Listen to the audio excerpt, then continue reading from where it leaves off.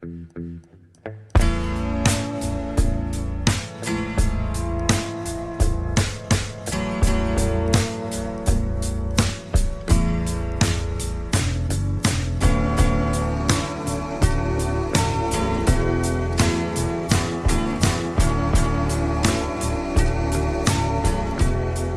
up, witches? You're listening to The Bewitching Hour. I'm your host, Kat, and I'll be dropping exciting episodes covering everything from the history of witchcraft, aliens, the paranormal, ghost stories, and I'm excited to have guests on who have a story to tell, as well as share my experiences and perspective on living life as a modern-day witch. Grab your brooms, because it's about to get real.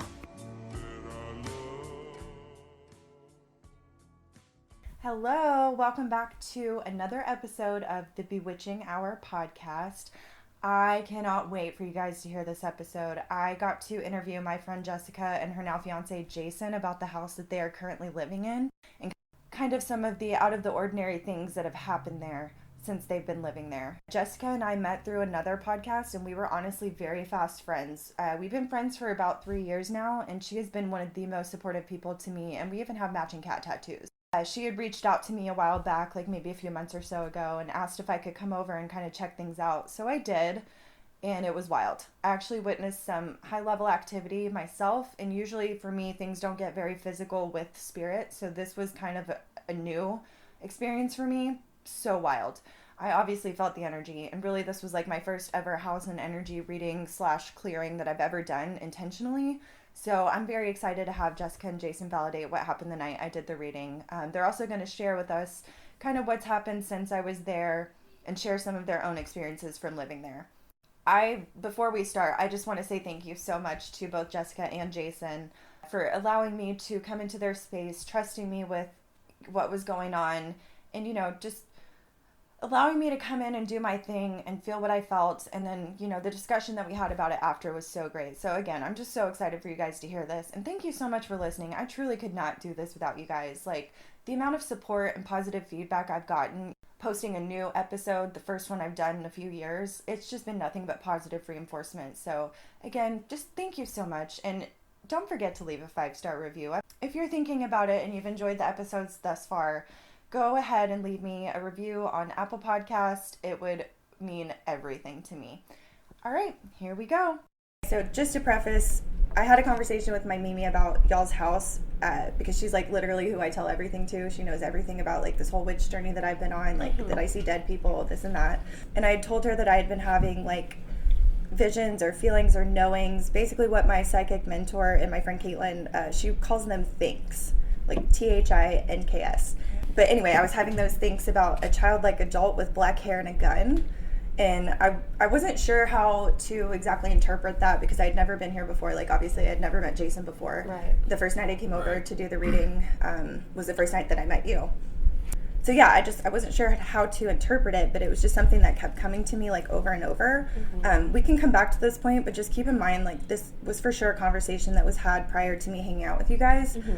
I just kept thinking maybe it's spirit coming through who had like a physical disability or mental disability when they were still Earthside, but I couldn't yet pinpoint like how the gun itself was involved. Right. If I see a gun, usually to me that is like self-inflicted death or maybe they were a hunter. Like it can mean so many different things. I do want to tell a quick story. Yeah. Because when I was on my way over here today, I stopped at the Crystal Source, which is like you guys live like not even a mile away. Yeah, and I had no idea. So I'm gonna have to go. And I've been going there for years. So I walked in there today, and the last time I was on my way here, as soon as you texted me the address and said it was what it was, I don't know if you guys feel comfortable with me saying the number. You can say the number. Yeah, okay. Absolutely, yeah. Okay, their house address is 817, which is my birthday. So anytime I see 817, it usually means something for me. So that happened last time I was on my way. And then this time I go to the Crystal Source, and I'm just walking around trying to restock my crystals and see like what they had. And I hear this conversation going on, and I was just kind of like, minding my own business. But then I hear this girl say, I see ghosts too. And so, of course, like my ears perked up, and I'm like, what? Like, you know what I mean? It just got my attention. So I walk over, and I'm listening, and this guy is like interested in buying wands. Wands aren't really something that I'm used to dealing with. So I don't really have much education on wands. So he's like having this conversation with this girl about the wands and like how he's going to use them, and she's really trying hard to like get it out of him. Like, what is your plan? If you see these dead people, like, what are you trying to do? What are you trying to not do? And he was so like non-responsive. It was kind of weird. And I just say that, and like he was like a very closed off person, but yet was dealing with this stuff that only comes from being so open. Does that make sense? Yeah. So he like kind of stood there for a second and was like, I'll still take advice. Because she was like, I don't really do the mediumship thing, I just see them. And so I've had to learn over the years like how to turn that off. Like, it's a gift that she has, but she's not interested in it. So she was trying to give him advice, and then I gave him my advice on like what I do to shut them out. And he just like kind of stood there and didn't say anything. It kind of felt like he was just a shell of a human, you know? So I just like kind of kept thinking about it. Her and I started talking. You know, I told her I was on my way here to do the podcast, and you know, she sounded interested in what I had to say, and like vice versa. So we continued talking at the register, and she was like, you know, there was like something about that guy. And I was like, no, I feel the same way. Like, he wasn't being his authentic self. Like, that's not what he was presenting. And she was like, oh my God, no, I feel the exact same way. Like, it's almost an entity version of him. And was it like something darker? Yeah. Oh, yeah, that's weird. Maybe he was using the wand for some type of ritual or some type of, I don't know, something. I don't even know what the word is to describe it. It just felt off. Right. And especially because he was looking at chakra wands. Yeah. That's usually when you're trying to clear out energy. So I'm wondering if he like maybe has something attached to him. I don't know. Right. But that's how I felt. That's how she felt. Yeah, that's strange. It's super weird. It is. Like the way that he questioned me when he was like, I'll still take advice. Like, it was almost kind of like making fun of, and almost like he was trying to be like, well, tell me your secret so that I know how to not get this guy to react. Like, it was like not him. Does that make sense? Right. Yeah. So anyway, that happened on the way here. I just thought that was like a weird coincidence. It really is. Which there's no such thing, but you know what I'm saying. Okay, so back to you guys. Jason, can you give us the backstory of this house? Like, who lived here? How did you guys end up here? Like, paint the picture. Absolutely, yeah. My grandparents, they moved here in 1964. They had the house built, custom made for them pretty much. They grew up in like Fort Worth, like went to Poly High School. So they've pretty much been around here the whole entire time, but that's where they spent, 60 years of their lives before they passed on. I've grown up here, obviously, so, every time I've came over here and, like, growing up, it's been kind of weird, because, I don't know, we've had my great-grandma live here, and my great-grandma's, got, like, kind of a weird past. My great-grandma wasn't, like, the most positive person, so to say, so she passed when I was really, really young, so I've experienced some stuff as a kid. My parents have experienced stuff here before, so there's a really, really big, there's 20, 25 years of my life where I can kind of say that, this is definitely not your average home, and there's definitely something here other than just people, obviously, so to speak. So. Yeah, you guys definitely have a lot of activity. But it's so weird to think about because, like he said, the house was custom built for the family. It's not like there was a big history in this house before they lived here. I unfortunately never got to meet his grandparents. So it's very weird, me being here and hearing about all this history and like trying to connect it, but not having that personal connection to it. But I have heard stories from his sister and from his mom, and his sister has always had this like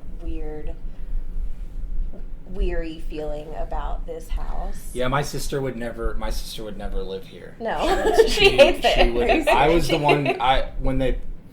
When before they passed, they talked about who would want to live here and who would want to take it over, and no one really. My brother and his wife, they have a house. My sister and her boyfriend, they have a house, so they don't really, So I was like, I'll take it over. Why not? I've always felt super comfortable here. I've never really felt anything bad, but when I was a kid, so early in my life, I can't even remember this happening. I was so young. We had an instance where it was after my great-grandmother had passed. They were, obviously there's a lot of stuff in this house, and sometimes you have to dig through things to find something, and that's exactly what they were doing. And they were digging for a Bible, and they couldn't find the Bible. They were looking, long story short, they came into the living room after looking, and they were going to read some Bible verses that had been highlighted or something along the lines of that, just I think out of goodwill for her, I guess, so to speak. And they go into the living room, and I'm sitting in there in the living room with the Bible open. The one they couldn't find? The one that they couldn't find, the one that they were looking of for. Course. Yeah, and it's wide open. I'm sitting there, all not in a childlike state. I had it open, and I was looking at it, and I couldn't read, obviously, so I wasn't reading it. So it was really, really alarming and weird to my mom and my grandmother that I had that open, and it just so happened to be on a page and with one of the verses that they were going to read. So was like the first. Right. That's like the first weird thing that happened. My mom used to work late. She used to work retail, and she used to work multiple jobs, so I would come over here and stay the night here. I don't ever really remember being alarmed or anything like that at night, but they would make us sleep in the living room, and they would sleep in their room. And it would usually be like my sister and I. My brother would maybe stay with a friend or something like that. But I just remember waking up one morning and walking to the bathroom, and I've actually felt this same thing recently, but it was a little bit different. Feeling something like walking behind me or footsteps, like a presence behind me, like someone's directly behind you, and you can't really explain it, until you really feel it or experience it for yourself. So It's kind of strange. I had that same experience like a few days ago. I think it was on Friday. I was walking down the hallway, and I got this uneasy feeling, and I was like, that's weird, and I started, as I was walking, I felt and heard like extra footsteps. Like I could hear my 2 footsteps, but I could hear another set of footsteps behind me. So it was almost like it was a very shallow sounding, footsteps, but it was there. And like I got so uneasy that I turned the music on and was like, okay, I got to listen to some music and like shut out the silence in the house, because it was very unearthly feeling. It was very strange. So yeah. It's a long family history here, and although he has said like that it never really made him feel uncomfortable, I've heard from other family members that it definitely does. So I don't know if it's just his connection with this house, that he just feels at home here and knows the history. But when I walked in, I was like for the first time, dude, yeah. I didn't even know like how to put it into words, how I still kind of don't. Like, there's just a feeling here. Oh, yeah. When you walk into something that's, like, older and has a lot of years behind it, like, say, if you walk into a castle or you walk into just a building with a lot of history behind it, you feel something more than you would feel in just a, like a newly built building or something that's brand new. There's a lot more tied into it. And so, can I ask, like, is it a feeling that you get, like, in your stomach area? Like sometimes, your solar plexus? Yeah, definitely. I used to not be able to go to flea markets or like antique stores because I would get that feeling because I was around so much old stuff and energy. Like I remember as a kid, my dad used to take us to flea markets, and it would just give me like this uneasy, weird stomach feeling. Yeah. And that's what I felt. Not that it was like a bad feeling. It's just like something's off. That's how I felt when I walked in here. So much energy and so much history inside of like these belongings, and you can totally feel it. I mean, I remember you had called me a month or two, and you told me like over the phone that I was the first person that you had thought of, and was the only person I like that you knew would understand. Can you explain like what had happened that made you feel like you wanted to reach out to me in regard to the house? Yeah, I remember that night super clearly because like we keep in touch all the time. Oh, yeah. We hadn't like talked in a few months, and I got this like sudden urge where I was like, I gotta call Kat and tell her about this weird day that just happened, because we both ended up getting like a splinter. The house is wood paneling. It's very old, built in the 60s. So there's a lot of old wooden, They love their wood. To get splinters. Yes, they loved their wood, so there's wood everywhere. But I've been in this house. He's been in this house his whole life, and I've been here since we've known each other. So, a little over a year, almost every day.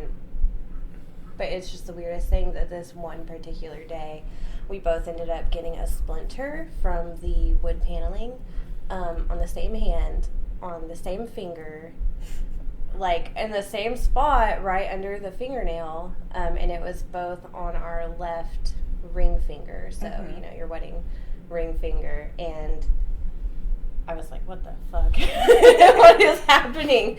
That was the grandparents' way of validating that you two are supposed to be together. I hope so. It was fucking weird. We were both like very shocked, and like you said, there's no coincidences. Like, that's just such a weird thing to happen. For sure. I was in the shower and she came into the bathroom and was like, I got a damn fucking splinter in my finger, ow, and was really mad. And I was like, oh, that's I was like, instead of sympathizing, I was just surprised. He was like, what finger? I was like, wait, what finger? Like, where? How? And and then she was like, what do you mean? Why are you asking questions? I was like, because that happened to me earlier, like the same exact thing. Like, I got a splinter under my finger, and I'm pretty sure it was on the same part of the door too, or like it was, maybe it wasn't. I had gotten it on the door because the door's really old and it's starting to, the wood is just starting to break off stuff, corners of the house that have been used and people, But we live here every day, all the time, for years, and to just get it's a very strange coincidence. On the same day at the same time. Yeah. Very, very, That's wild. Yeah. So I was like, we gotta, but I don't like to call it a coincidence. Yeah, and like I said, what are even coincidences? It's just meant to happen if it happens. Right. And I try to look at everything that way, because that day I'd actually been thinking about my grandma all day, and she usually shows up for me when I'm about to receive a message. We're super emotional. I was very emotional that night. Yeah, but because I get like that, I'll just and I don't even know how to explain it, because sometimes it's things that I feel like she's showing me from like her time. Yeah. Stuff that doesn't belong to me, but I get this like super nostalgic feeling. So that's just kind of how I validate that something's about to happen and that she's with me. So she's been my guide through this whole thing. So when you called me about it, I remember asking about the backyard, and I was like, so what's with the backyard? And you guys were both like how would you even, like, right. I remember Jason saying something about you guys had like added on to it, to the house, and it was 80s. Like via the backyard. Yeah. Like that whole half, like there's a whole living room, a shop area, a covered patio that's, like 20 by 20 feet, 20 by 30 feet. A lot of extra space that was put in the 80s. Yeah. And added on. And, I think like there was so much work and so much effort was put into that backyard that it's easy for someone like you to pick up on something like that first. You know what I mean? I mean, it was just like over the phone. I immediately tried to connect to the energy, and that was like the first thing that came up. That was where my grandmother's effort went and my grandfather's effort went. A lot of it, Yeah, his mom definitely has talked about how, like, the backyard was their just prized possession. And you can kind of tell they were not, in the last years of their life, they weren't, the most active people. They couldn't take care of it the way they wanted to. They couldn't, and they really, when they were able to, it was just beautiful, and it was, for sure, like, one of their most prized possessions. So maybe, I don't know, maybe that's why you got that feeling, because it was so important, you think, to them? And so Jessica called me, explained all this about the house, and I was like, okay, I gotta go. Like, I gotta go over there. I gotta see for myself. So fast forward a few weeks later, and I'm at Jessica and Jason's to do like a house energy reading and clearing type of thing. Literally from the moment I walked in, like I said earlier, I just felt nothing but activity. I mean, even before I came over, things were happening. Yep. So it was mostly the grandparents' energy. I think Jessica can validate exactly what happened when I was here last. Yeah. So I'm walking around the house and I'm staging. I'm trying to really open myself up to feel the energy of the house and to see what I pick up on. I did feel, and you guys validated this for me, that the grandfather, grandmother were very proud of their belongings. And I think that the reason there is so much activity still here is because they were such hard workers and they're having a hard time letting go, essentially. They were very proud people, not in a like materialistic type of way. They were just in the sense that they worked so hard for what they had. And like I said, Spirit is having a hard time with the fact that they are no longer physically tied to their things. Yeah. We lost them in 2020, so everybody knows what a crazy year that was. All of these events happened kind of leading up to when the shutdown happened and everything. So early 2020, they actually moved their grandparents out of this house, and they were staying at his mom's house for a little while because they were just really not able to take care of themselves. And after a few months of staying at the mom's house, we just realized that it would probably be better for everyone to get them into a nursing home situation where they could take care of the medication and just all the needs that they had. So it was actually February of 2020, like a month before everything happened, that they moved them into the nursing home.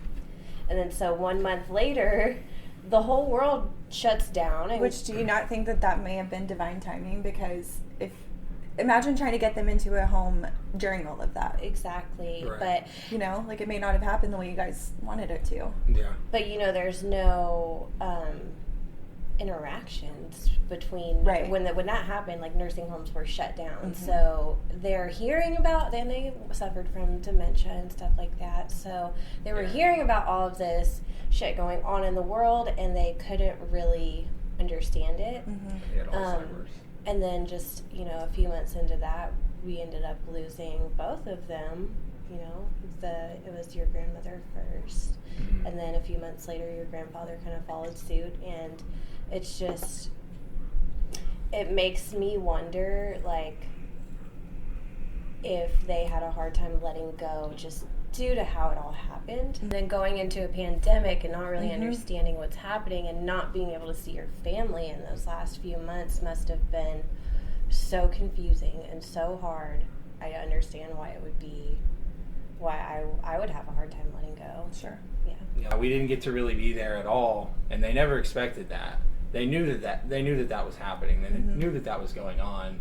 Is that something that you feel you guys as a family can, like, work through together? Because oh yeah, absolutely. I feel that there's certain parts of your family, like members, that are also having a hard time letting go. Yeah. Oh yeah. My mom, for sure. You can tell that she's a lot more sentimental to a lot of the things here. Sure. And I've had, I still have a house almost full of things that aren't mine, and I'm trying to get rid of and such. But she has, not that it's a bad thing in any way, but sometimes she's like, hey, let me know before you get rid of something, because I want to know, because almost everything that I find that we're going through together, she has some type of backstory on it. And I'm like, wow, this is one of the years. This is the time of my life now where I'm really learning. I'm learning more about them. Yeah, I was just about to say, definitely pay attention to that, and like, even if it takes you guys, some time to get through these things, listen to what your mom has to say. Right. Listen to those stories, because it's gonna just help you connect even further. We did have a mishap where me and Jason were going through some things that we didn't exactly see the value in. It upset his family, and we didn't really understand at the time. It was really just my mom. It was sentimental, and it was valuable to them, and that's really when we learned that, like, even though we're in this house and we're living here now, it's still full of all of this stuff that doesn't belong to us, and it's not really our say to decide what happens with it all. So we learned in that moment that we can clear out rooms and try to make it our own, but at the same time we really still have to respect all of the belongings that are still here, and the family's connection to them, and really just take care of those things. During the tour of the house, when I first got here, you guys kind of showed me around. We waited some time to actually, like, visit the back of the house, that whole area, like, where people actually live. I'm, like, getting chills just thinking about what happened. So I felt somebody touch my shoulder and, like, had my hair move, like somebody flipped my hair when we were in your grandparents' room. To kind of paint the picture, the room was totally empty with the exception of a mattress and a dresser, and then there's, like, the bathroom door and the entrance door. You guys were standing more towards the bathroom and, like, the way to get in the room, that door. I was standing in front of a totally empty closet. I already felt something behind me. I don't know what it was, but I wasn't expecting to be touched, Well, yeah. Like, have somebody, like, flip my hair out. I was like, that's creepy. Like, I remember kind of, like, freaking out and be like, okay, let's get out of here for a sec. I've been experiencing some things for, since I've, seen this place first in my life, but yeah, I'm not necessarily, that's what's weird, is, like, I don't really want to think about it too much, because I feel like it's one of those things that the more you think about it, the more you allow it into your life. And just like with anything in the world, any energy in the world, any negative energy, the more you allow that to get to you, the more it's going to affect you. I think that's kind of like that's kind of the nature of men. And most of the time is we try to shut a lot of things out. But I still believe in everything, that has to do with what we're talking about. And it's definitely interesting that, like, their energy, and I know that, I can't explain it, but I can feel, their residual energies here in the house. That's the real deal. Energy can't be created nor destroyed. It can only be transferred. So, your body manifests and withholds and exchanges energy throughout years and years of your life, and then you die, and that energy does not dissipate. It moves or transfers or goes to something else. And I think that this house is a really big testament to that, because it's not like it's a bad feeling. No, not at all. But when you walk into this house, it's overwhelming. You know that there's just so much history here. Yeah. I mean, okay, and I just want to touch on this because I've become so much more comfortable with the house since being here. When I first moved in, we were dating for a little while before I moved in, and I never spent time here by myself because he had a roommate. So, on days where he was working and I wasn't, I would just go home because I didn't want to, intrude on his roommate's space. So I never spent alone time here until I moved in. And when I did, it was just so weird. Like, the shit that I was hearing, I don't know how to explain it. I'm going to try to explain it the best way that I can. But, my work schedule is very strange. I goes to work really early in the morning, and I'm here by myself. And for the first, 3 days, it felt like something I've never experienced before. It felt like I was in this house. But, this house was not in 2020 or in 2021. It felt like... I know that sounds crazy. No, it doesn't. No, I was hearing noises, doors shutting and, activity and, a lawnmower. And I would look outside and nobody's mowing their fucking lawn. And I would just lay in bed am I going crazy? What am I... Why does it feel like there is... a family here, and that's what I told you, that whenever I heard anything, it would always be super early in the morning. It was never... Was she, a morning person? My mom ran a childcare business for my entire life, up until I was maybe 21, and they would come over to my mom's house every single morning, and my grandpa and my grandma would be up, and my grandpa was a classy, jazzy dude. He was. Yeah. There was a collection of flat bill hats. But they were morning people. But yeah, they were always, not to get off topic, yeah, they were definitely there every single morning before I would go to school.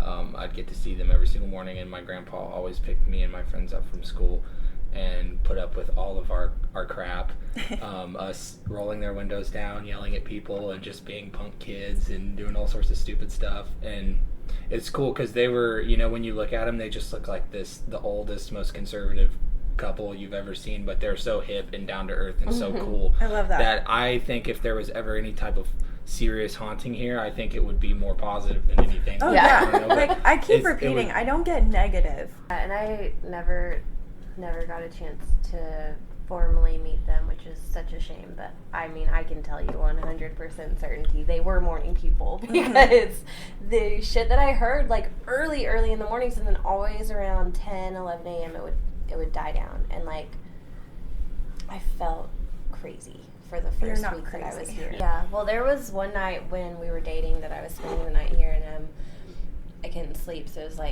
4 a.m. and I came out to the living room to make some tea, to the kitchen, and it was the one time I had ever experienced that. But I walked, the grandparents' room is at the front of the house, really. I know, we're all staring at it. I know.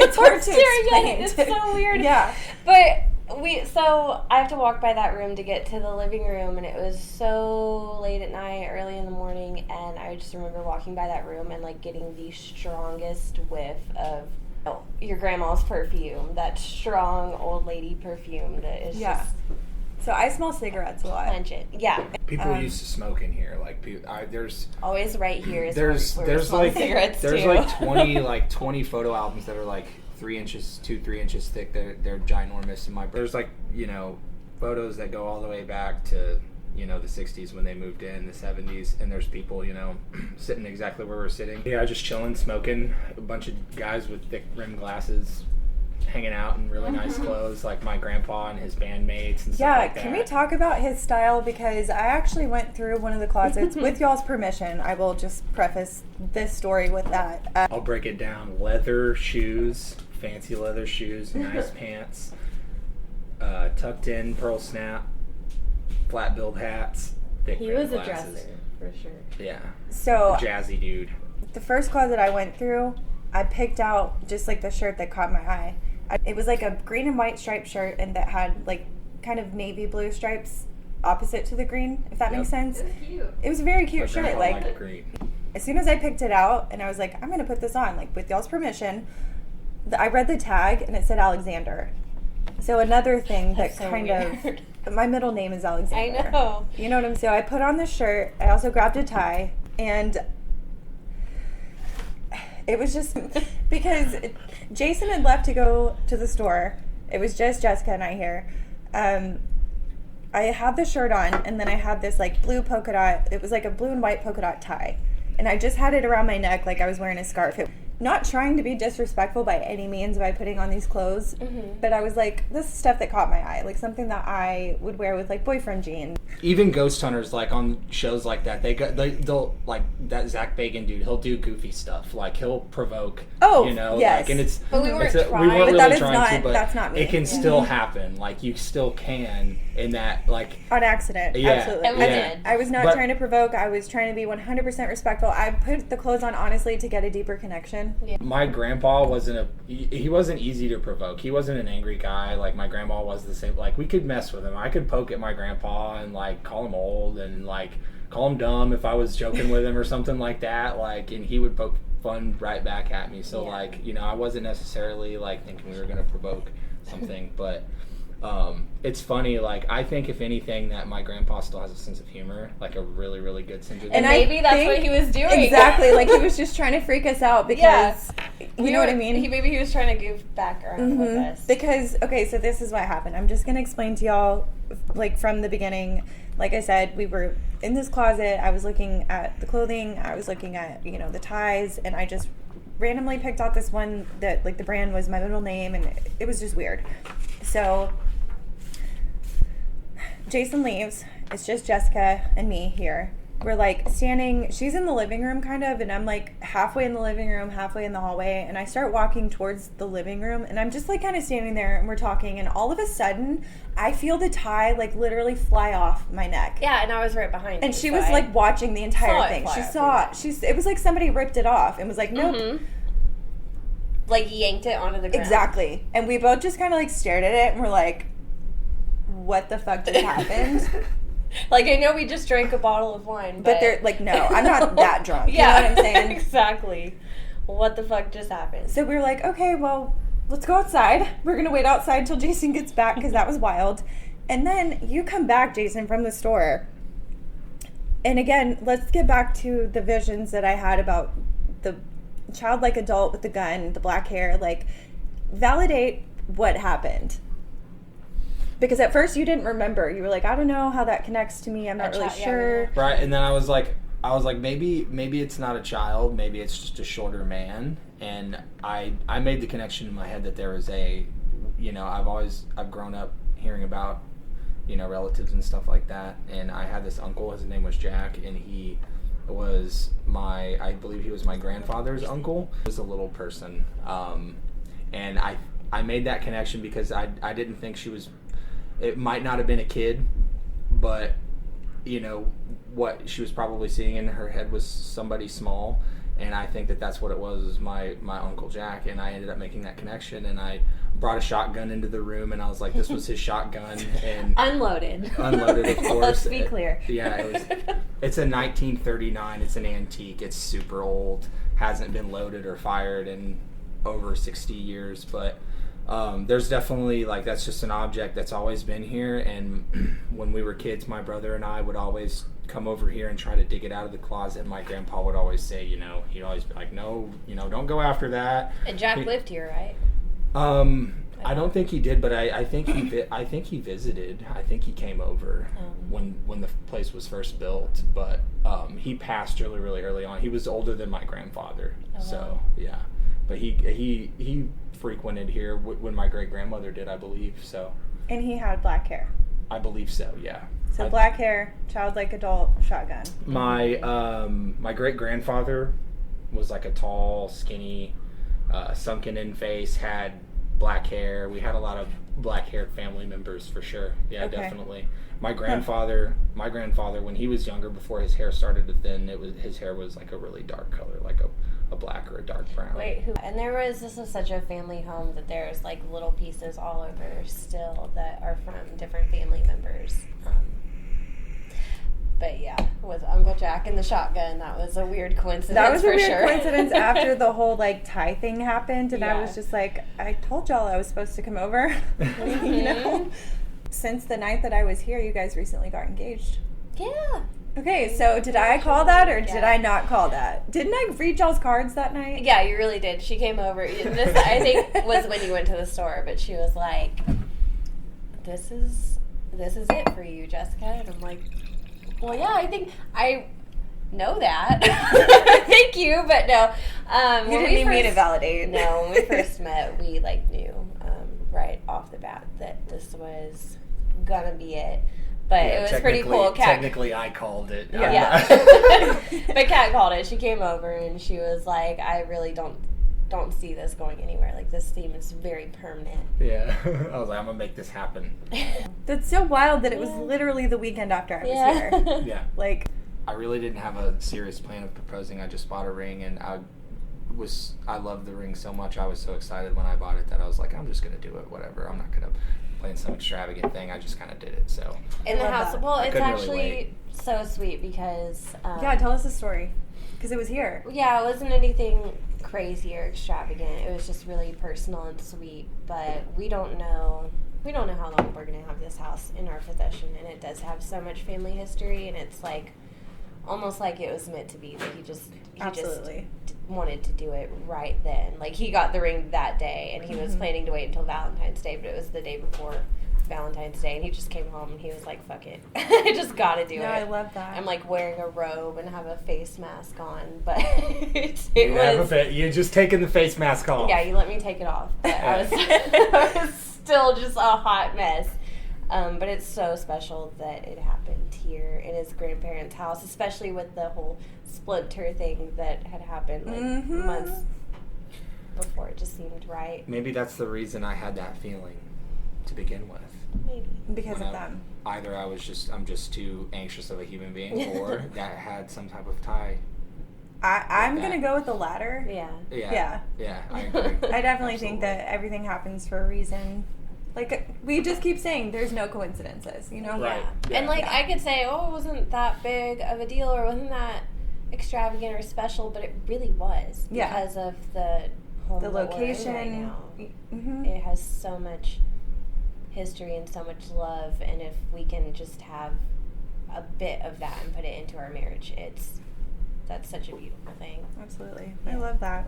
Has anything else happened since that night? Like, I really did try to do my best to kind of clear the energy out, but like I said, they're very, very much so still tied to this house. We hear stuff, it's an older house, and I always, try to debunk the things. I'm not trying to be closed-minded about it, but I just don't want to feel like the place is overwhelmingly residual with energy. Sure. With the footsteps. But, I have experienced footsteps like I mentioned earlier and things like that, and presence. You can feel when somebody's behind you, whether you're not looking at them or not. Like when you're waiting in line, that guy is behind you. Like you can almost feel them breathing on you and all that type of stuff. So definitely there's some things that have been going on. But, we hear there's a lot of stuff that goes on outside of the house. There's apartments and there's, cars drive by and stuff like that, and animals jump on the roof and we hear noises. But sometimes they, there's certain things that just can't really be explained. constantly trying to figure out, like, was that a squirrel or was that your grandma? I don't know. Like a door shutting, yeah. Exactly. But even last night, I was using the restroom that's attached to their room, and I accidentally hit my elbow against the wall, and I heard the exact same, like, sound come back through the room. Right. And I was like, Jason, come here, and I tried to redo it, and it, of course, didn't happen, but it's just little things like that. Yeah. You know? I mean, I remember when, we first sat down at this table the last time I was here, hearing popping noises. Mm-hmm. And you guys kept trying to be like, oh, it's the AC or it's whatever. I'm like, stop trying to blame this Exactly. I'm the guy trying to be trying to write it off something else. One in my family, I've probably had the weirdest.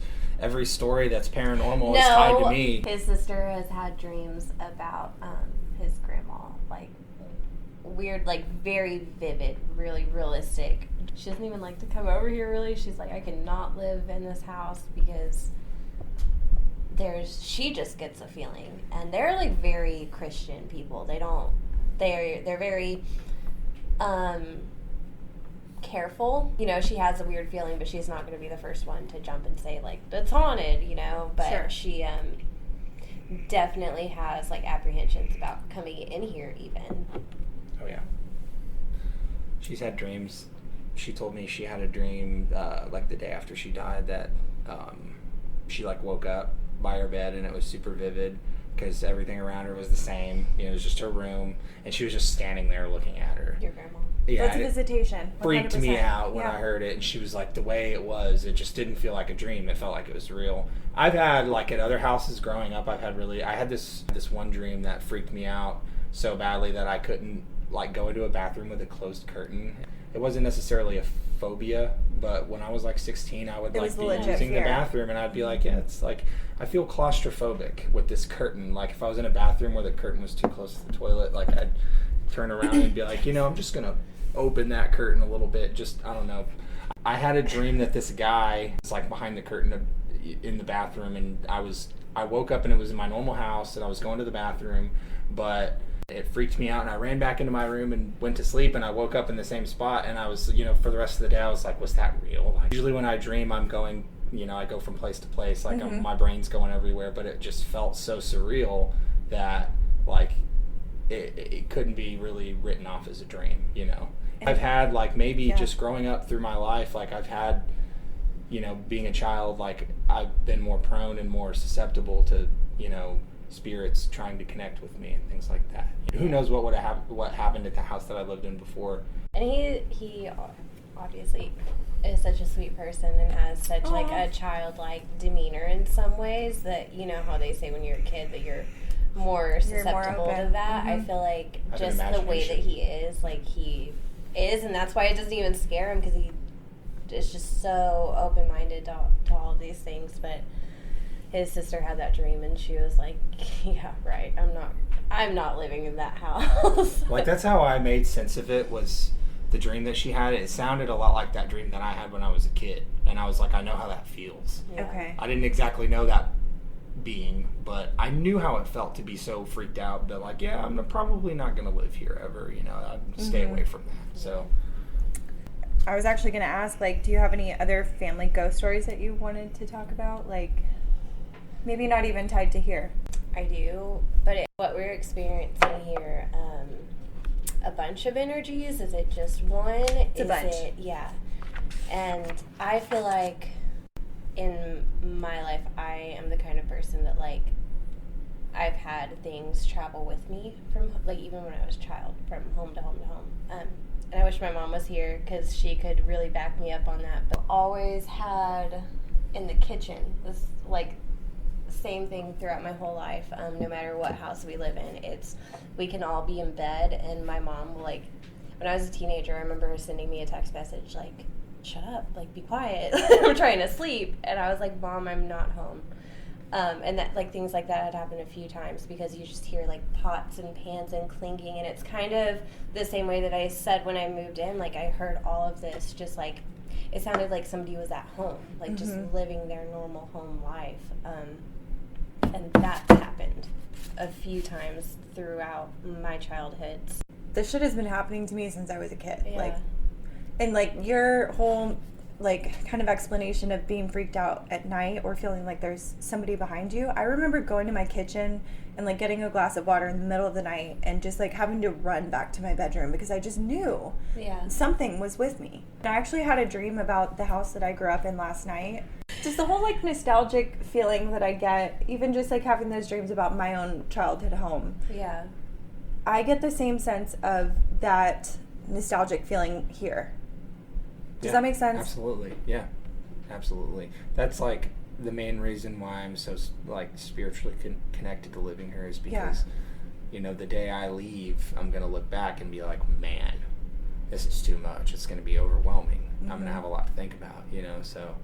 I think you guys should definitely take your time with the selling of the house. I mean, I can't wait to move on with the next chapter of my life. Obviously, you know, that's how it is, but at a certain point I'm going to have to. I feel like forces outside of us have kind of made us slow down. When we first got in here and we were like ready to start selling, and like we were ready to start getting rid of stuff, and just little things have happened over time to where we've realized that like we're really going to have to just wait and take our time and just let it happen. I mean, even if you didn't want to sell, I feel like there's so much you could do. Yeah. It's hard for it to ever feel negative here or bad.